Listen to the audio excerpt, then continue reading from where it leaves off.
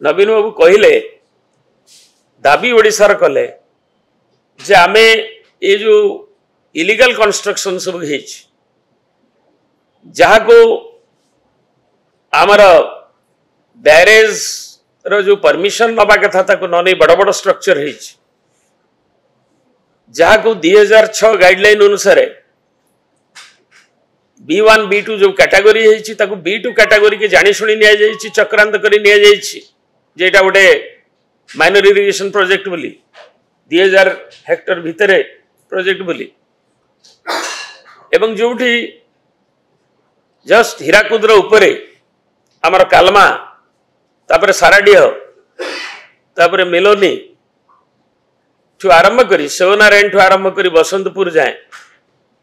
एवं सामुड़ा जाए ये जो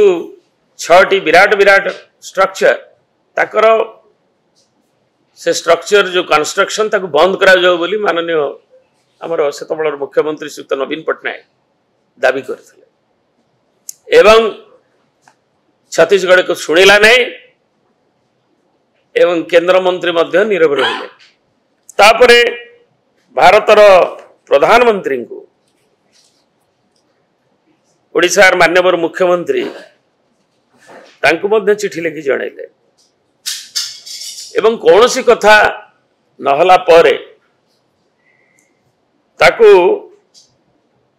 interstate river water dispute act 56 आईन अनुजाई गोटे स्टैट्यूटरी कंप्लेन मानवर सुप्रीम कोर्ट रे ओडिशा सरकार करने को बाध्य हेले एवं जो थे कि सेक्शन 41 रे 19/11/16 मसीह ताकू करने को बाध्य हेले एवं ताकू 2/12/16 रे ओरिजिनल सूट मध्य एवं तापर विभिन्न इंटरक्युलेटरी एप्लिकेशन सेगुड़िक ताकू भी दाखल करागला एवं सेथिरे तारी भितर मध्य छत्तीसगढ़ सरकार को बारंबार निवेदन करागला एवं ताकू जेतबेले नेगोशिएशन तार गोटे टर्म्स था एवं ता जेतबेले फेल हला निजे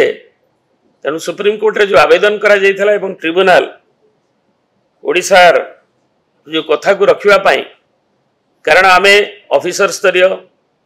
आमर मुख्यमंत्री स्तरीय त्रिपाक्षिक आलोचना ये सबु पाई बीजेडी रो सरकार नवीन पट्टनायक सरकार ओडिशा जनगण स्वार्थ को आखिरे रखी एवं वास्तविकता को देखि रखिक ताकू सब कथा को रखी थिले।